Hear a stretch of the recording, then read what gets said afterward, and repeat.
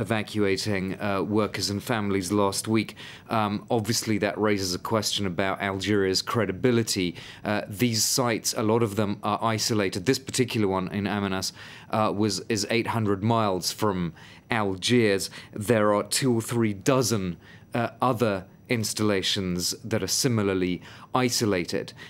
So clearly these are all going to be targets now if they're not already. Algeria is going to have to step up to the plate very quickly and provide security at those isolated facilities. They do seem to be a little bit complacent after effectively winning the civil war in the 90s against the Islamists. During that time, there wasn't any major disruption, Stuart, at these gas sites. But now they've got to turn that around. On the positive side for them, because these sites are isolated, if they do the right things, they should actually be able to put a net around them, so it should attract attention if a commando unit drives in. And, you know, it's not like launching an operation in a heavily built urban area like Algiers. These are places where you should be able to spot militant commandos. So the big question is, why did they not spot them on this occasion? And if they do spot them, what's Algeria likely to be able to actually do about them? And also the mastermind of all this, who's still at large, isn't it? It's something that Algeria can't fix on its own. As I said, this has been a bit of a wake-up call about the jihadist threat from North Africa and as a whole. And Algeria needs its international partners, particularly countries that share a border with it. That's to say Libya, Mali, Niger, and Mauritania. Those are the 4 countries that it shares borders with, and it needs to obviously see what happens with the outcome of this military operation that the French are leading in Mali. This is where ACME is basically fighting the West. It's the latest front line. I think there's clearly not much it can immediately do about the man who's behind this. That's Mokhtar Belmokhtar. ACME, as we can see in that map there, has really spread out across a vast area. But there's not just Al-Qaeda in the Islamic Maghreb, Stuart. These are basically, this area in green is all kinds of groups that have split off from each other, reformed. And what happened with Belmokhtar is a kind of microcosm of that, because his group actually split off from Al-Qaeda in the Islamic Maghreb. But all these different factions and mini groups are competing for the same opportunities in kidnapping of Westerners and in the smuggling of tobacco. And so that makes this a really intractable problem for the international community. Already note that the United States is faulting there's a review panel going on into the Benghazi attacks after the militants killed the US ambassador and his colleagues in Libya. Those efforts have bogged down because the US review investigating things says the American spy agencies just don't really understand the nature of these groups, this constant splitting apart, the competition between them over these kidnapping and trafficking opportunities. These splittings off are basically what's driving this huge geographical spread of the groups across the whole Sahel. And so this is definitely going to be a wake-up call, a lot more urgency now for the West to understand the nature of these groups. International Affairs Editor Armin Georgian here on France 24. Thanks very much. Now, Armin mentioned Mali there, and the goal is the total reconquest of Mali. We will not leave any pockets of resistance. That's the French Defence Minister, as his forces continue to push north into the country. Commanders now say they've taken the town of Diabali, although there may be a few fighters who remain. There are also now reports that the militants could be abandoning some of their positions and converging on the mountainous region of Kidal in the extreme north near the border with Algeria. Shona Bhattacharya has this report. The airstrikes are over. After 8 days of bombing by French forces, most Islamist fighters are thought to have fled the strategic town of Diabali. These amateur images show the aftermath of the attacks and the vehicles and ammunition left behind. But the city is not yet under government control. The situation is still not very clear regarding Diabali. In theory, there are few or no rebels there, but that needs to be confirmed. Some Islamist rebels are thought to be hiding among the local population. Meanwhile, Human Rights Watch accuses the military of atrocities against nomadic and Berber groups in the north, claims strongly denied by army officials. I declare the Malian army is a republican army, here to serve the Malian nation. We don't have our guns pointed at any of our own citizens. Arab and Tuareg leaders are calling for peace and national reconciliation. They say their people have been the victim of revenge attacks.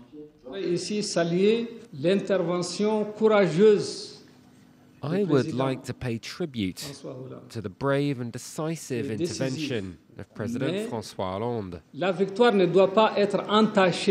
But the victory must not be tarnished by useless military blunders. In the meantime, on the ground, sources say Islamist fighters are regrouping around Kidal, the first city that fell into rebel hands last March. Now, as the conflict continues in Mali, a group of the country's internationally recognised musicians have released a special song and music video to appeal for peace. They're campaigning against the occupation of the north by jihadists. The Islamic police in the region have been forbidden the population there from listening to and playing music, which has long been a key part of Malian culture. 40 of Mali's brightest music stars have added their voices to the call for peace. In between international tours and album launches, they've come together and recorded a song of solidarity, their way of fighting the jihadists who control the north.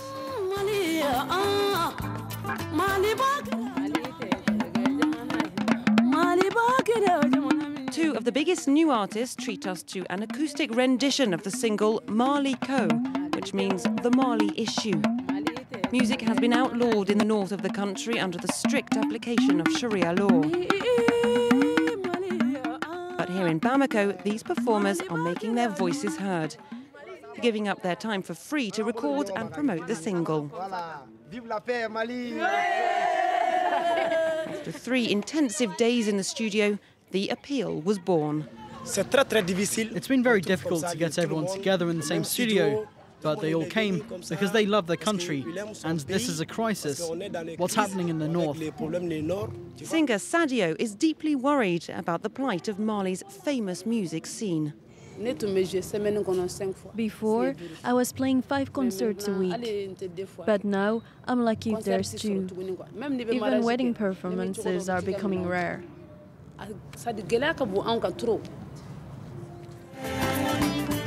Happy to come together to try and help their countrymen, all the artists are nevertheless hoping there'll be no need for a follow-up single to Mali Ko. Yeah, good to get some music at this time of day, isn't it? Now, the Afghan Taliban is claiming responsibility for a coordinated attack on the headquarters of the Kabul Traffic Department. It's thought up to 3 suicide bombers could have been involved in that attack. There followed a clash between at least 1 insurgent and security forces. It's the second attack in the Afghan capital in less than a week. I did it, said Barack Obama to his 11-year-old daughter. You didn't mess up, quipped back Sasha as the US president retook the presidential oath of office in a simple ceremony at the White House. The far more public event, though, will take place later as thousands and thousands of people pack Washington Street to mark the start of Obama's second term. President Obama taking the oath of office at the White House, accompanied by his wife Michelle and his 2 daughters. With his hand on the Bible and in the presence of the Chief Justice, he begins a second term as leader of the United States. I, Barack Hussein Obama, do solemnly swear that I will faithfully execute the office of President of the United States. The office of President of the United States. And will, to the best of my ability, preserve, protect, and defend. Preserve, protect, and defend. The Constitution of the United States. The Constitution of the United States. So help you God. So help me God. Congratulations, Mr. President. Thank you, Mr. Chief Justice. Thank you so much. A few hours earlier on Sunday, it was Joe Biden's turn as vice president to take his oath. His family and some close friends there to witness the ceremony. Against all enemies, foreign and domestic. The festivities will come to a head on Monday in Washington. 800,000 people are expected to gather at Capitol Hill to see the president perform a public ceremonial swearing in. A little earlier, I spoke to John Rick MacArthur, who's director of Harper's Magazine in the US and author of L'Illusion Obama, a new book in French. The country is very pessimistic, and there's a kind of overlay of violence that's quite disturbing. We're still suffering the aftershocks of the Newtown massacre. And for me, the emblematic symbol of the inauguration is the fact that Barack Obama will have to witness the procession down Pennsylvania Avenue from behind bulletproof glass in a kind of bleacher setup in front of the White House. So he's kind of, he's targeted from all different angles. The Republicans, of course, are going to be fighting him tooth and nail over the budget and whether or not they cut the budget sufficiently.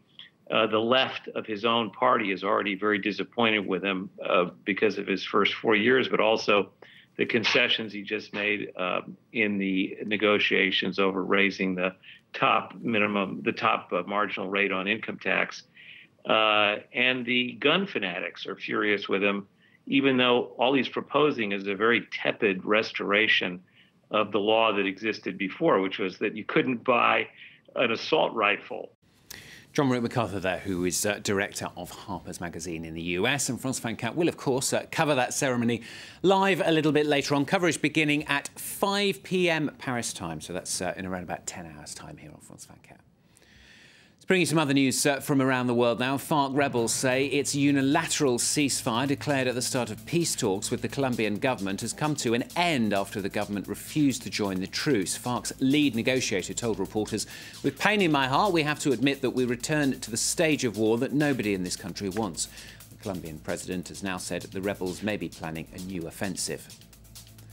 A setback for the German Chancellor Angela Merkel at the start of the year when she seeks a third term of office. The country's centre-left opposition has won a wafer-thin victory over her coalition in a major state election. The Social Democrats and Greens won a single-seat majority in the state legislature in Lower Saxony, a region of 8 million people in the northwest. And protesters have begun gathering as the trial of 5 men accused of the fatal gang rape of a 23-year-old student on a New Delhi bus is set to open shortly in a special fast-track court. The 5 face murder, rape, robbery and kidnapping charges, with prosecutors expected to demand the death penalty. At the weekend, one of the accused asked that the case should be moved out of New Delhi to ensure a fair trial. Now, wherever you are in the world, you may be very used to it and perhaps even able to deal with it, or you may never have it at all. But here in France and across much of Europe, snowfalls have been causing travel chaos for thousands and thousands of people. In Paris, 10 centimetres of snow fell, meaning the capital's major airports cancelled around 40% of flights. Hundreds more flights set to be cancelled again today. The snow keeps falling in France, like the temperatures and the inhabitants of this town in the east of the country.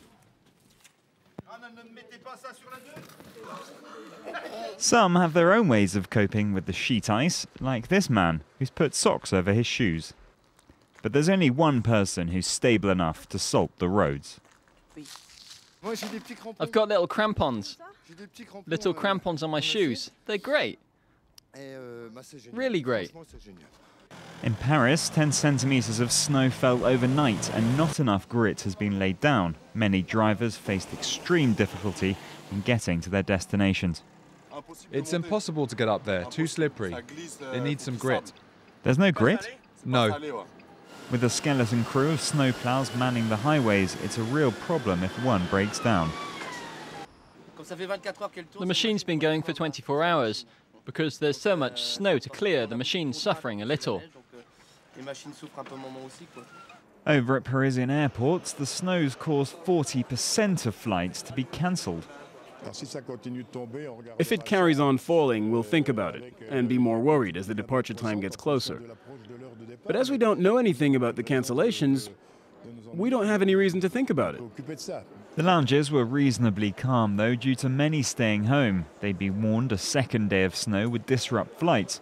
It's advice that others across town maybe should have heeded. With a bit of hope, it's amazing what can be achieved.